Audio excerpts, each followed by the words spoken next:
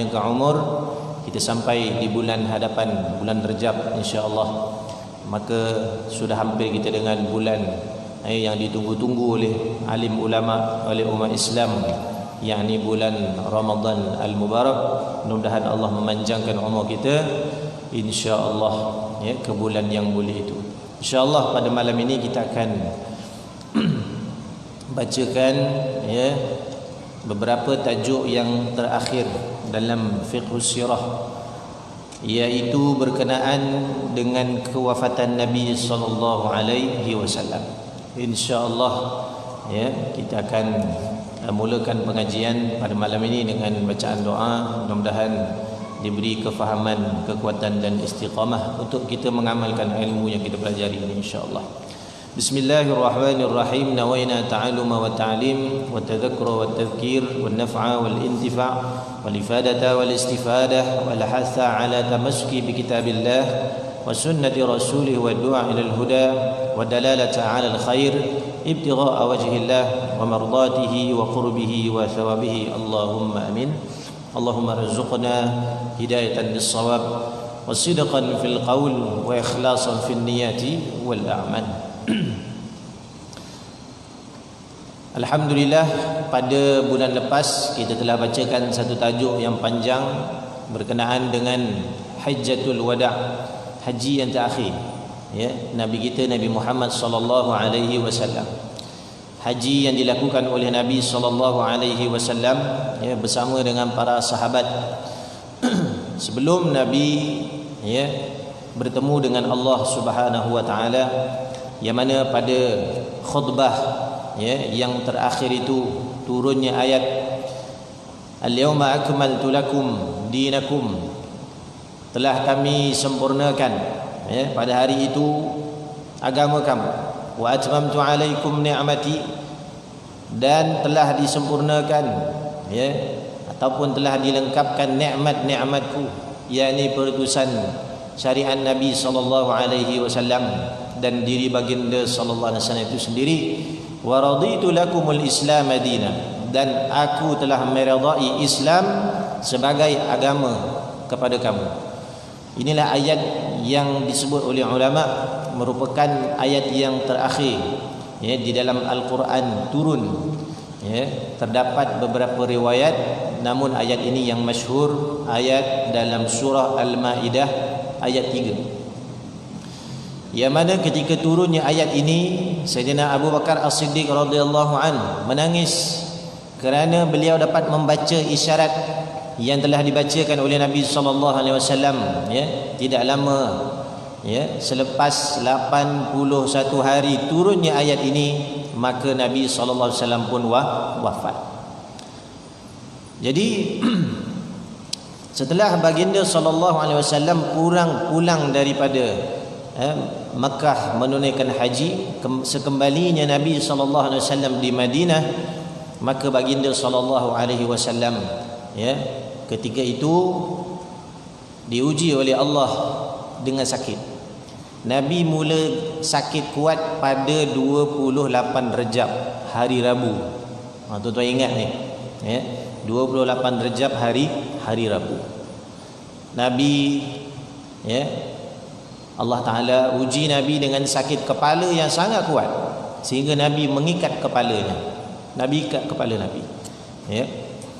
Kemudian Nabi SAW ketika itu tidaklah memikirkan sangat akan sakitnya, tetapi memikirkan ya tentang satu pertempuran, satu peperangan yang bakal mereka tempuh, yaitu peperangan dengan Rom ya. Peperangan dengan Rom. Sejumlah 3,000 orang sahabat disiapkan oleh Nabi sallallahu alaihi wasallam, yang ketika itu baginda Nabi sallallahu alaihi wasallam melantik Usamah bin Zaid yang usia beliau ketika itu berumur 17 tahun untuk menjadi panglima ya. Jadi Nabi sallallahu alaihi wasallam ya memerintahkan kepada Usamah bin Zaid untuk mengepalai serangan itu. Jadi adalah di kalangan ya para sahabat ini maupun di kalangan orang-orang munafik yang ketika itu desas-desus, ya, suara-suara belakang, mengatakan kenapa Nabi lantik orang yang lebih muda, sedangkan dalam peperangan itu disertai oleh mereka-mereka yang senior. Ya, dalam peperangan itu antaranya disertai oleh 4 orang sahabat besar, Sayyidina Abu Bakar As-Siddiq radhiyallahu an, Sayyidina Umar, Sayyidina Uthman dan juga Sayyidina Ali, ya, radhiyallahu an. Maka bibit-bibit perkhabaran ini dikesan, dihidu oleh Nabi SAW. Lalu Rasulullah SAW, ya, memanggil para sahabat. Lalu Rasulullah berucap, ya, di hadapan para sahabat. Sebenarnya berita-berita yang selalu jadi berita angin disebabkan apa? Puak-puak munafik. Puak-puak munafik. Sebagian sahabat okey saja terima perlantikan Usamah bin Zaid. Ini walak dan taat. Tapi ada setengah mereka yang tidak bersetuju. Kerana umur Usamah bin Zaid itu sendiri baru berusia 17 tahun. Sedangkan yang nak ditempuh ini adalah kerajaan Rom. Nak menyiapkan, ya, Rasulullah SAW nak menyiapkan bala tentera yang cukup bersedia, nanti akan bergerak ke satu tempat namanya Jaraf, lebih kurang dalam satu farsakh daripada Madinah. Maka bila timbul desas-desus ini, Nabi SAW keluar, ya, dan Nabi berucap, Nabi berkhutbah di hadapan para sahabat. Katanya, ya, sabdanya SAW, jika kamu bantah dan kamu kecam kepimpinan Usamah bin Zaid, berarti kamu mengecam kepimpinan bapaknya. Ya, Nabi melantik Usamah bin Zaid dan Nabi mengatakan kepada Sayyidina Usamah bahawa supaya beliau ini menghentakkan kaki kudanya di tempat itu, yakni di tempat peperangan yang akan berlaku, sebagai membalas atas syahidnya ayahnya. Siapa ayahnya? Zaid bin Harithah radhiyallahu anhu. Usamah bin Zaid ni anak pada Zaid bin Harithah. Siapa Zaid bin Harithah? Ingat lagi tak?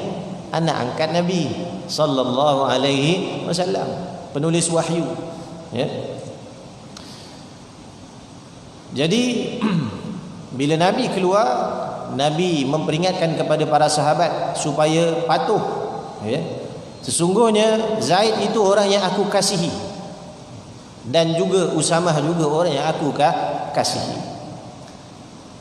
Dan juga Usamah adalah sebaik-baik orang di kalangan kamu. Yakni ketika itu, ya, yang nak memimpin pasukan perang ketika itu, Usamah bin Zaid merupakan, ya, antara yang terbaik dipilih oleh Nabi SAW. Sebab itu jihad dalam Islam ni, tuan-tuan, ya, perempuan, anak-anak dirahmati Allah SWT, bukan jihad sembrono. Jihad mengangkat senjata ni adalah jihad yang paling terakhir sekali. Jihad dalam fiqh pertama adalah dakwah, ajak orang kepada kebaikan, ajak diri sendiri buat amal soleh. Ini jihad yang pertama. Yang kedua, sekiranya telah ada kerajaan Islam, maka jihad itu dibuatnya jizyah, mengenakan cukai kepada bukan Islam, untuk mengenakan sedikit tekanan supaya mereka ini patuh kepada Islam. Dan yang terakhir, sekiranya mereka tidak menerima Islam, maka barulah ada usaha, ya, untuk memerangi mereka. Maka ini yang berlaku pada zaman itu. Nabi menyiapkan bala tenteranya untuk memerangi kerajaan Rom. Jadi Allahumma salli ala Sayyidina Muhammad, barulah para sahabat ketika itu patuh, ya, dengar dan terima apa yang telah disebut oleh Nabi sallallahu alaihi wasallam. Maka dalam keadaan itu Nabi sakitnya bertambah parah, ya. Tengok Nabi sakit fikir nak perang, tuan-tuan, ya. Kita sakit dah tak fikir apa dah, yang penting sihat. Nabi tak fikir kesihatan dia. Jadi mula 28 Rejab hari Rabu Nabi sakit kuat dah, ya. Mula kemudian 29 Rejab Nabi sakit lebih kurang 18 hari, tuan-tuan. Lebih kurang 18 hari Nabi sakit. Sehingga ketika itu baginda sallallahu alaihi wasallam duduk di rumah Siti Maimunah radhiyallahu anha. Ya. Nabi sallallahu alaihi wasallam duduk di rumah Siti Maimunah istrinya. Mana rumah isteri Maimunah? Sederetlah dengan rumahnya Aisyah dan Sayyidatina Hafsah radhiyallahu anhuma. Tuan-tuan, kalau pergi makam Rasulullah di Madinah, jalan yang kita ziarah Nabi itu, yang kita lalu depan makam Rasulullah tu rumahnya Aisyah radhiyallahu anha. Yang kita lalu kita bagi salam pada Rasulullah, yang kita pijak itu rumahnya Hafsah radhiyallahu anha. Rumahnya. Ya. Jadi rumah-rumah isteri Nabi duduk di sekitar itu, tidak jauh, dan juga menantu-menantu Nabi sallallahu alaihi wasallam. Jadi ya, ketika Nabi sakit di rumahnya Sayyidatina Maimunah, maka Nabi memanggil Abu Muwaihibah. Ya, Abu Muwaihibah ni kira macam orang dekat dengan Nabi lah. Tapi kalau disebut dalam kitab ini hamba kepada Nabi sallallahu alaihi wasallam, dikira macam kerabat pada Sayyidatina Maimunah radhiyallahu anha. Maka kata Sayyidina Muwaihibah, aku telah diajak oleh baginda sallallahu alaihi wasallam. Nabi masa sakit ni, Nabi ajak Muwaihibah pergi mana? Pergi ke Baqi'. Kerana Nabi diperintahkan untuk mendoakan keampunan untuk penduduk-penduduk Baqi'. Maka Nabi sampai di sana, Nabi memberi salam, ya, dan juga Nabi mendoakan semoga diringankan azab ke atas kamu kerana dosa telah kamu lakukan. Kemudian Nabi bertanya, ya, kemudian Nabi pun berkata kepada kepada Abu Muwaihibah. Masa itu 2 orang saja. Maka Nabi kata, aku ni telah diberi perbendaharaan kunci-kunci dunia, dan juga aku juga telah diberikan, ya, akhirat. Maka aku memilih untuk kembali kepada Allah. Ini Nabi pilihan. Nak kata kalau Nabi nak kaya, Nabi boleh kaya, anytime dia boleh kaya. Nabi nak kerajaan, Nabi boleh minta dengan Allah. Ya. Jadi ketika Nabi mengucapkan perkataan itu, Nabi pun mula sakit, ya. Nabi pun mula sakit bersangatan. Lalu Nabi balik ke rumah, ya. Bila Nabi balik ke rumah Sayyidatina Maimunah, dalam riwayat dikatakan Nabi sudah mula lupa. Nabi lupa dah. Lepas ni giliran siapa? Nabi tanya. Selalu Nabi ingat, sebab setiap hari Nabi akan gilirkan rumah isteri-isterinya. Nabi tanya, lepas ni siapa? Lepas ni siapa? Isteri-isterinya yang berkumpul, ya, di sekeliling Nabi yang sedang gering itu mengatakan, lepas ni rumah Aisyah, lepas ni rumah sekian. Maka Nabi SAW meminta izin untuk berada di rumah Aisyah. Nabi nak berehat, ya, Nabi nak berehat di rumah Aisyah radhiyallahu anha. Maka dalam beberapa hari Nabi gering, ya. Satu hari Nabi sakit yang bersangatan, demam yang sangat kuat. Dulu saya dah pernah sebut, ya, dalam riwayat ketika sahabat mendatangi ziarah Nabi sallallahu alaihi wasallam dalam keadaan Nabi demam panas, ya. Nabi ni sakit kepala ni sebab dia demam. Demam yang begitu kuat, sehingga sahabat yang memegang dahi Nabi ni cabut balik tangan dia, pegang, tarik balik. Kerana apa? Terlalu panas, ya.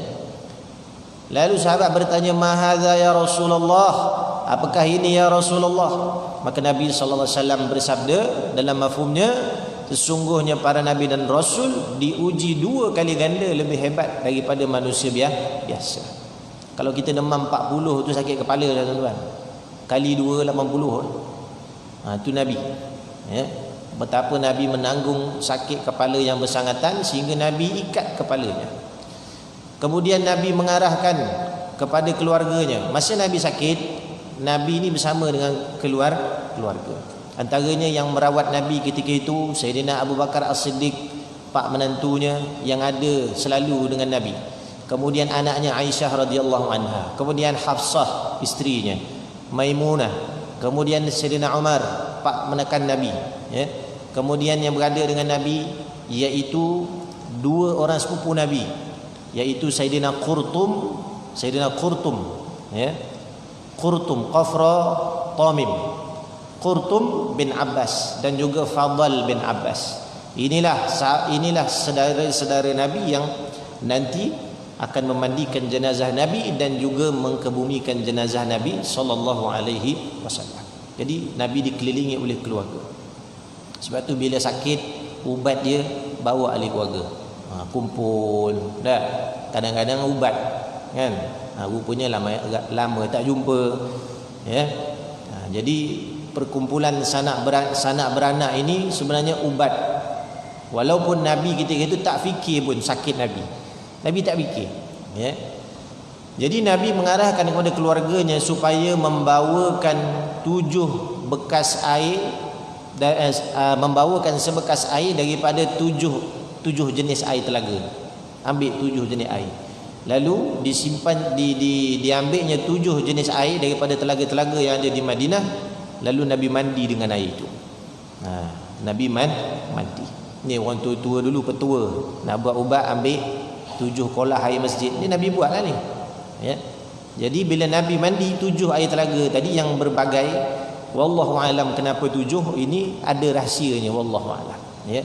Jadi Nabi seolah-olah sembuh. Nabi baik seketika. Sehingga Nabi pun, ya, dalam beberapa hari Nabi keluar untuk mengimamkan solat. Nabi sempat imam solat lagi, ya.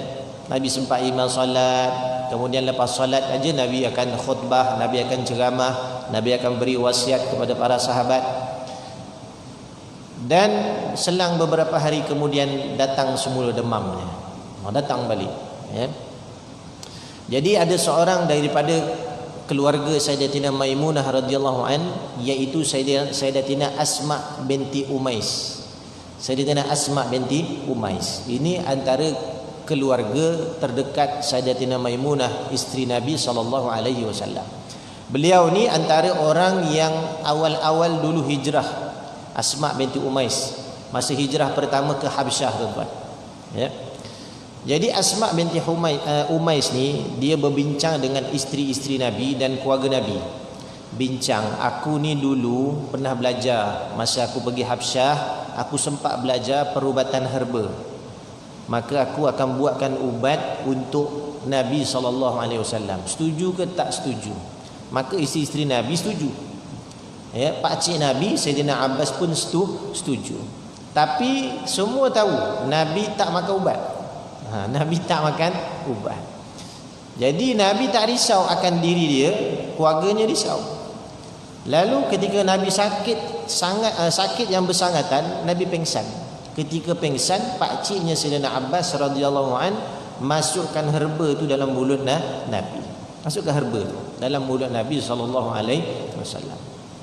Maka bila Nabi terjaga daripada pengsannya, Nabi rasa ada benda yang ada di lidahnya. Maka Nabi tanya, siapa yang letak dalam mulut ni? Gitu.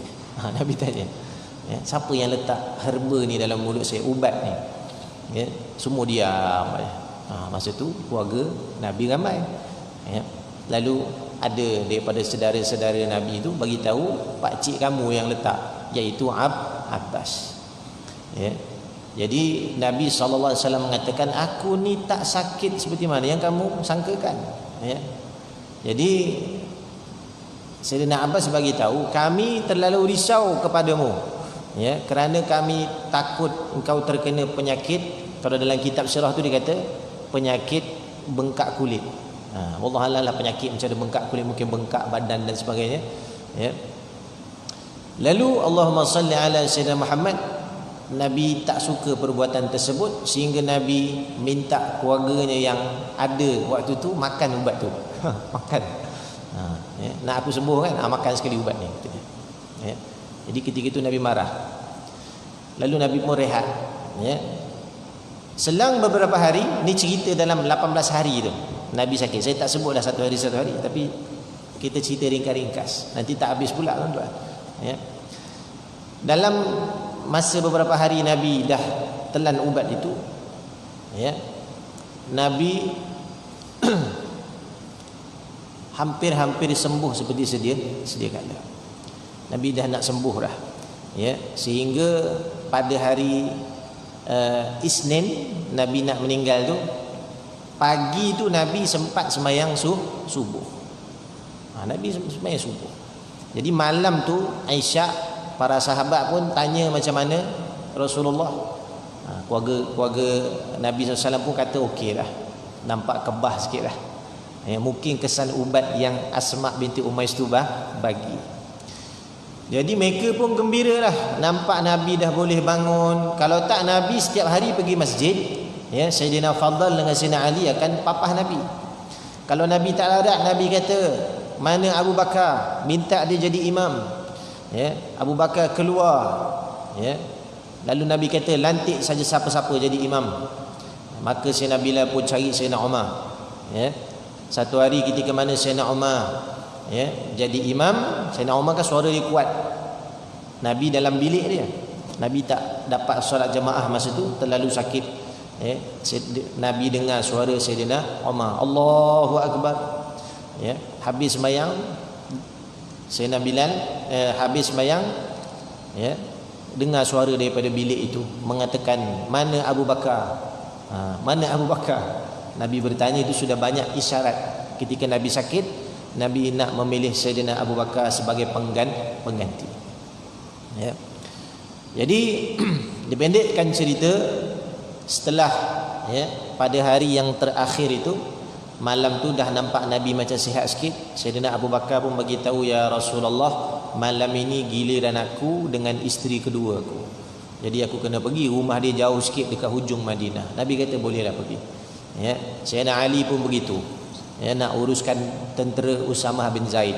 Sayyidina Umar pun begitu juga. Masing-masing ketika Nabi sakit berkumpul di rumah Nabi. Tapi bila Nabi dah kebah, mereka pun keluar. Besok pagi hari Isnin, Rasulullah sembahyang subuh di masjid macam biasa. Segar badan, sihat. Ya. Jadi hari Isnin ini hari apa tuan-tuan? Hari Nabi wafat. Pagi itu Nabi sihat. Pagi itu Nabi sihat. Ya. Jadi itu yang kita sebut tadi, bagaimana Nabi boleh sihat sebentar itu, wallahu alam, mungkin Allah nak memudahkan urusan kewafatan Nabi sallallahu alaihi wasallam. Ya, mungkin ubat tu sebagai asbab. Jadi bila Nabi dah sembahyang subuh, Nabi pun berkhutbah kepada para sahabat bagi wasiat. Maka naik matahari segala waktu duha, Nabi sakit lagi kuat daripada sebelumnya. Ketika tu Nabi dah tak boleh bangun, Nabi baring di pehanya Sayyidatina Aisyah radhiyallahu anha. Nabi baring. Maknanya Nabi ni masa dia sakit, dia sempat sembahyang, khutbah, kemudian balik rumah sakit 2-3 hari tak keluar, kemudian sihat kejap, pergi masjid, ya, kemudian sakit berkali-kali, sehinggalah yang terakhir pada hari Isnin. Pada hari Isnin. Lalu ketika Nabi sakit yang tersangat kuat, Nabi pun baring, ya, di ribanya Aisyah radhiyallahu anha. Baring dah, ini dah memang tak larat betul. Baring dah. Aisyah pun tengok, Allah, ya, Nabi dah rasa, ya, teruk dah ketika itu. Sebelum daripada itu, ya, maknanya ketika sebelum Nabi sakit kuat itu, Nabi sempat, ya, meminta kepada Aisyah supaya memberikannya kayu siwak. Sebabnya masa di rumah Nabi adanya adik pada Aisyah itu, iaitu Sayyidina Abdurrahman bin Abu Bakar. Dia tengah pegang kayu siwak. Nabi buat isyarat, Nabi tengok aja kayu siwak tu. Jadi Aisyah rasa Nabi nak ni, Aisyah pun ambil. Aisyah gigit, Aisyah basahkan dengan air liurnya, Aisyah pun siwakkan Nabi. Dalam riwayat dikatakan Nabi mensiwakkan mulutnya sendiri. Waktu tu Aisyah kata, aku melihat Rasulullah SAW benar-benar bersiwak pada kali ini. Maknanya betul-betul gosok gigi. Macam Nabi dah tahu dah Nabi nak pergi. Ya. Dalam beberapa hari sebelum itu, ya, satu lagi kejadian, Nabi sakit begitu tenat sehingga Nabi mengambil, ya, air daripada bekas, ya, ada bekas air, mungkin air perigi dan sebagainya, Nabi ambil lalu Nabi usap. Kerana terlalu panas. Ya.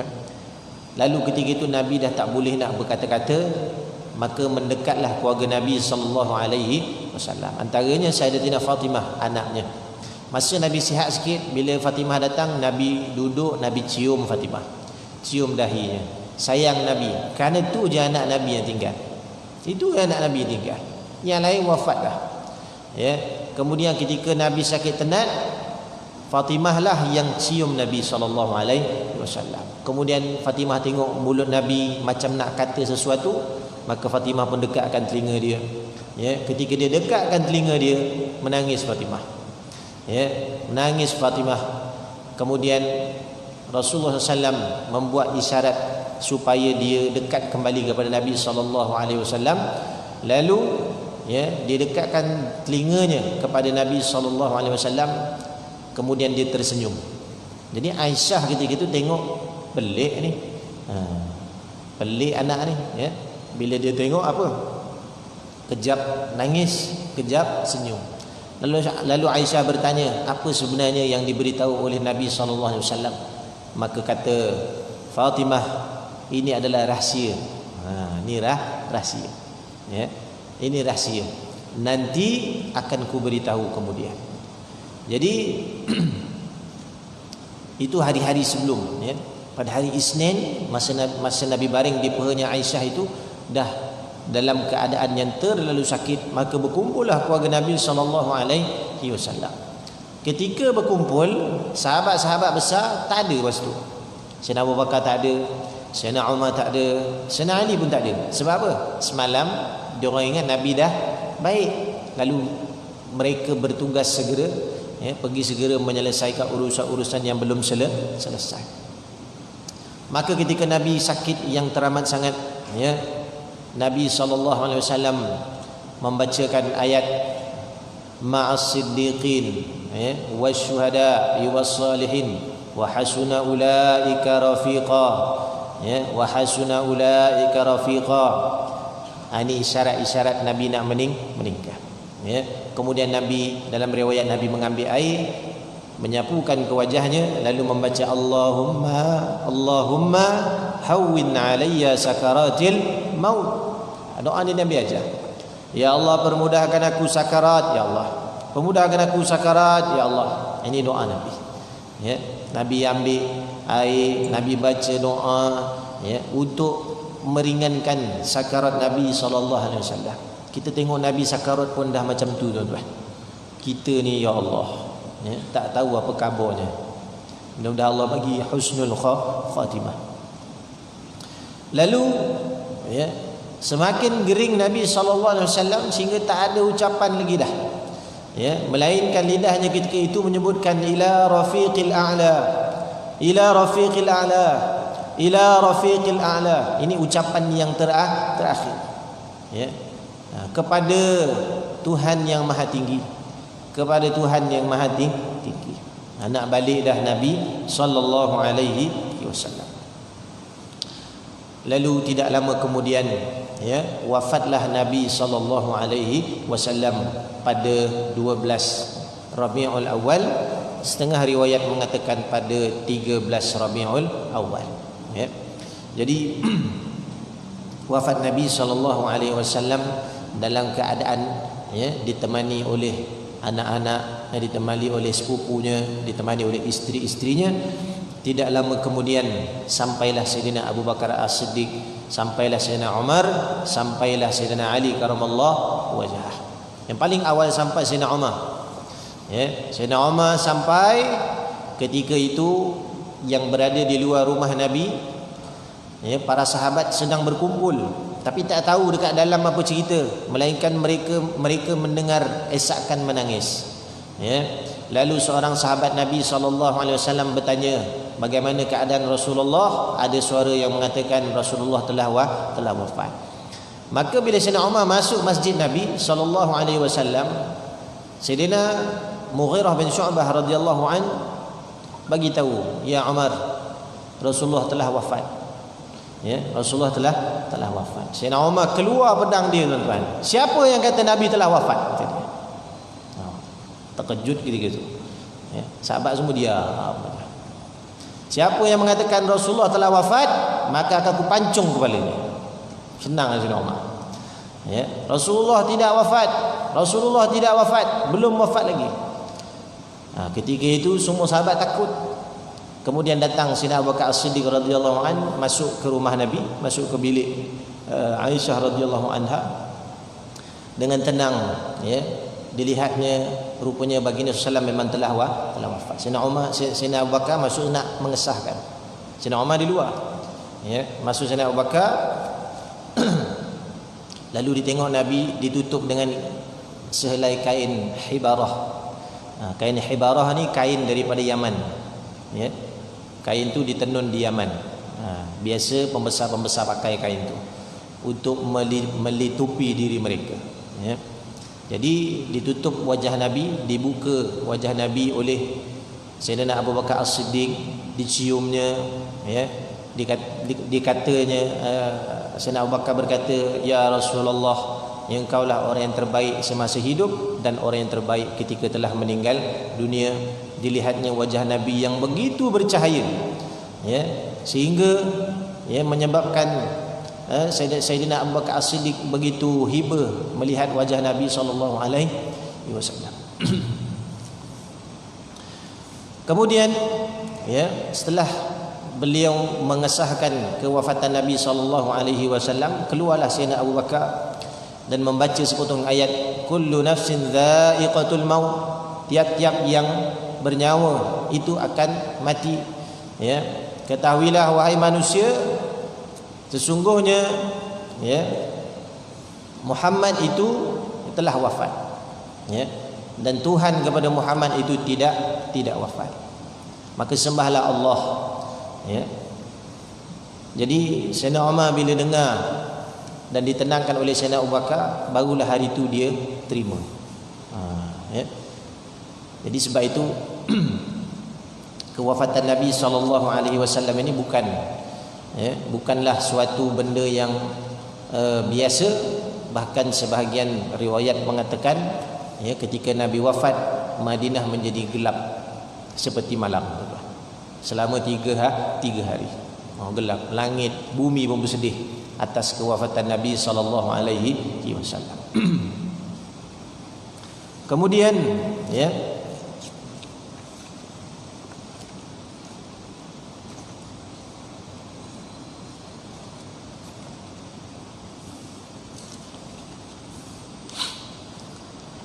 wafat Nabi pada hari Isnin, ya.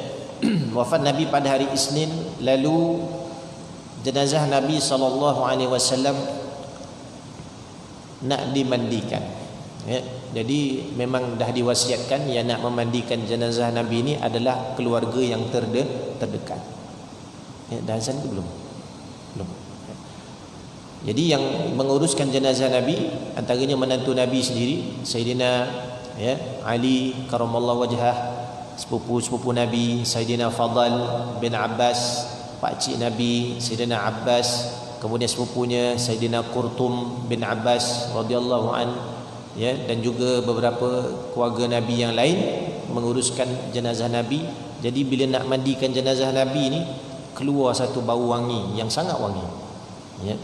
Sehingga para sahabat, ya, hiba lagi kerana mulianya Nabi sallallahu alaihi wasallam, ya, nak dimandikan pun wangi, tuan-tuan. Lalu mereka berfikir macam mana nak mandikan jenazah Nabi. Adakah seperti mana yang Nabi pernah ajar dulu, ya? Adakah nak menanggalkan pakaian Nabi? Jadi keluarga Nabi ni rasa macam patut ke tak patut ni. Tiba-tiba keluar satu suara yang tak diketahui siapa yang cakap, ya, supaya tidak membuka pakaian Nabi sallallahu alaihi wasallam. Jadi Nabi itu dimandikan dengan apa? Dengan pakaian. Nabi sallallahu alaihi wasallam dimandikan dengan pakaian. Ya, dimandikan pertama, ya, dimandikan dengan 3 jenis air, air mutlak, air kafur dan juga air bidar. Macam kita mandikan jenazah itulah. Setelah dimandikan jenazah, dikeringkan, lalu dikafankan Nabi SAW dengan 3 helai kain, termasuk kain hibarah tadi, ya. Kemudian jenazah Nabi SAW difikirkan di mana nak ditanam. Mana nak tanam ni? Semua mesyuarat nak tanam di mana, ya. Jadi pertama ada yang cadangkan kita balikkan jenazah Nabi ni pergi Mekah baliklah, sebab Nabi lahir di Mekah. Pendapat yang kedua mencadangkan supaya Nabi dikebumikan di Masjidil Aqsa, kerana di situlah tempat paling banyak Nabi dan Rasul. Yang ketiga, yang keempat, kelima kita sambung sepanjang, ya. Wa sallallahu ala sayyidina Muhammad wa ala alihi wa sahbihi wa baraka wasallam.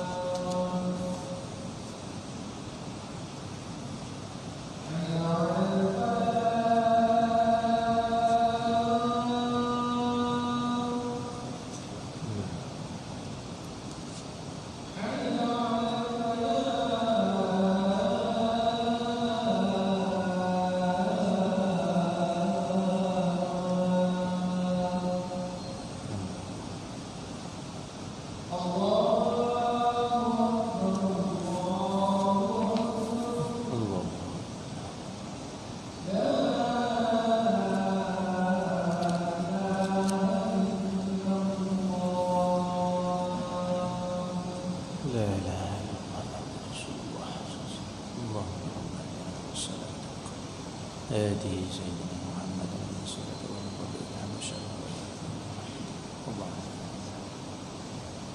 الله ربي اغفر لي ولجميع المسلمين والمسلمات. رضينا بالحق السلام على محمد صلى الله عليه وسلم. بسم الله والحمد لله والصلاة والسلام على رسول الله wa ala alihi wa sahbihi wa man walah, amma ba'd. Jadi ada cadangan pertama nak ditanam ataupun nak dikebumikan Nabi sallallahu alaihi wasallam di Mekah. Yang kedua dicadangkan dimakamkan di Masjidil Aqsa kerana ramai nabi-nabi di situ. Yang ketiga dicadangkan di Masjid Nabi, di mana Nabi selalu memberi pengajian di situ, tempat Nabi khutbah. Yang keempat dicadangkan untuk dimakamkan di Baqi', dan yang kelima dicadangkan supaya dimakamkan di rumah Aisyah radhiyallahu anha.